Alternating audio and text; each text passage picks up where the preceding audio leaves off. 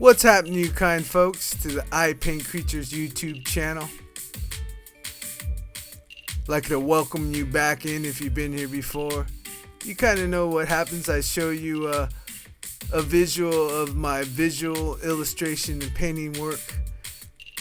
And I'm moving more towards my central project of really getting my epic story called MATSU in a film format or a visual format. I've already done a graphic novel, my latest book, Symphony, and I've done a bunch of children's books that bring out a central part of the story. But here I'm showing you a rendering of a creature that I invented, a yokai type creature I invented called the Gaku. And what the Gaku are musical mechs. And in the story of MATSU, they create a creature refuge, oddly named 96542. That's where it brings in a lot of the sci-fi. And it was a result of a very powerful yokai that basically fell too much into human ways and left his magical, mystical yokai creature behind, and then tried to transform back into the yokai, and he exploded, taking the spirit world with him. And that's kind of the basis of what kicks off the whole fantastical world of creatures.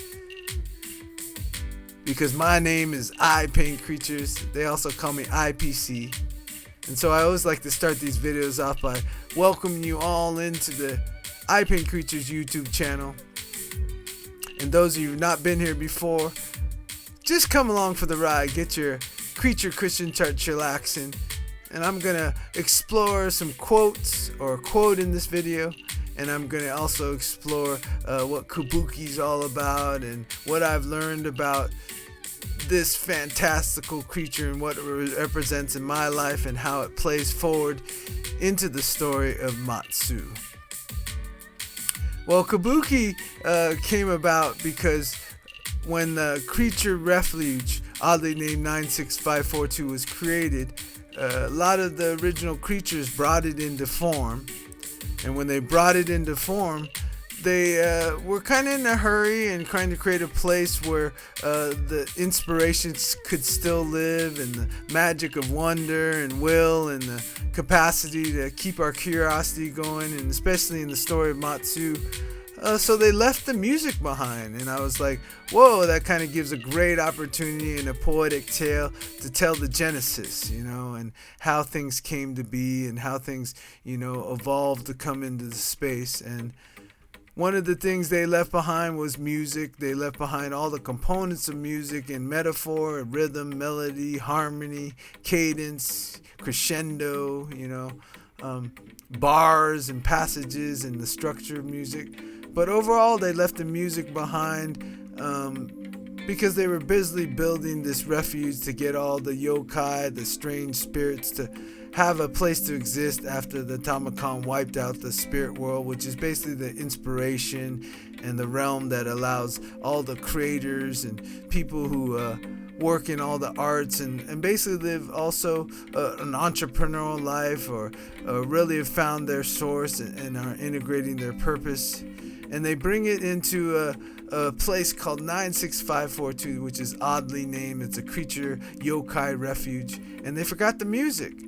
And so that was a grand opportunity for a visual storyteller like me to, of course, invent new creatures and kind of bridge that gap with fantastical storytelling, in the fantasy realm, where I make everything up from my imagination. And a lot of the process is just getting into it and revealing what, can come through me in this story, because I believe when you move into these epic stories, you're definitely an author, but you get so much more vivid and connection to how the final story will play out in a movie or a comic book or, a storybook, and allows you to just really dip into your imagination and see what exists there to bring it out. And so there was this gap of like, how am I going to bring the music back? And of course, I'm Ipaintcreatures, so I have to figure out a creature that's going to bring back the music. And so the Atomicacon was a equivalent to like a physical bomb going off, but it was a spirit creature that exploded. So it didn't really affect the physical world. A lot of the humans didn't experience the explosion. Just all the creatures that depend on that dimension of imagination and wonder and curiosity to go back to their original state.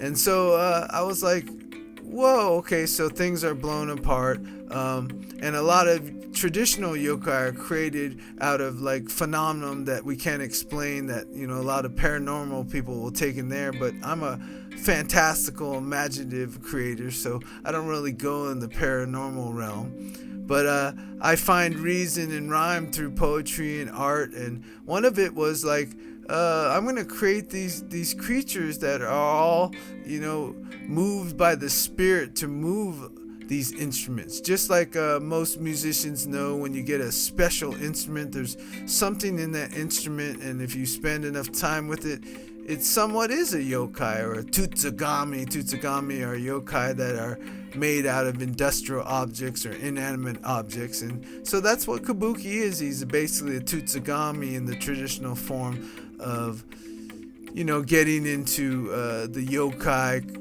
folklore of Japan and bringing it into the 21st century, all the way to Northern California where I live, and bringing it into my heritage, which is, you know, in full force is Japanese American. I was born in Tokyo and raised in California, and so I bring that in a lot of my creations. So Kabooki is basically his story is, you know, he was pretty much the spirit of music, that, you know, that intangible part of music, and music's a big part of all our lives and plugs in and brings us a lot of sacredness and meaning in our life and connects us.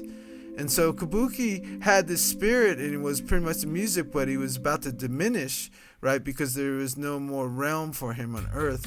So he had to transform himself, you know, into somewhat of a physical form, and that's where it comes into movie making and comic books. It's really hard to just draw an ethereal spirit that's just going around. You know, even if it's elemental, you still got to give some form to it, you know, so the audience or the reader or the viewer can consume what it's all about. And so Kabooki's story is, I have more details of the story, and I'm not going to tell all that. I'm just going to go into the creative part of it. And basically, Kabooki grabbed all kinds of instruments and electronics and high tech and fused himself. And why I made this creature so amazing, I also love to model things after existing, you know, stories and franchises. And of course, I was never a huge fan of like comic books or DC or Marvel or even, you know, any of the creations out of even Lucasfilm where I used to work, or Disney or Pixar, any of those.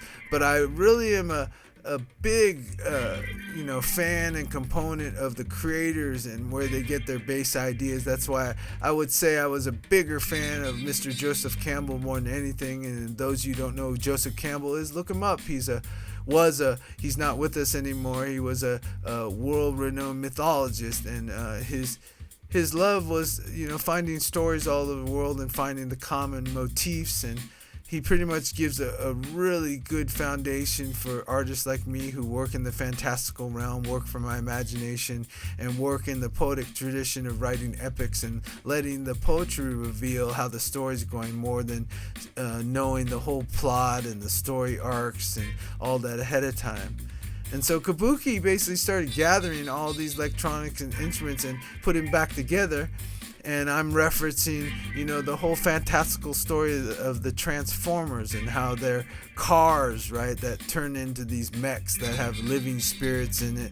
And it creates a whole story in that, because it also really plugs into the 21st century, how we're amongst all these electronics that, you know, start to have AI, which at one level the AI kind of goes out the door, the artificial intelligence, because they definitely have some type of spirit in what they are and what they be. And so that was Kabooki, and you can find him in the MATSU story, and he is one of the Funky Eye Puppets. So definitely check out what I'm doing over on my Instagram. We have a server on Discord you can join, all about the Funky Eye Puppets. We're on Facebook, we're on Twitter. and we're on Instagram as the Funky Eye Puppets. Go check it out and get deeper into what Kabooki is all about. Thank you for watching the video today.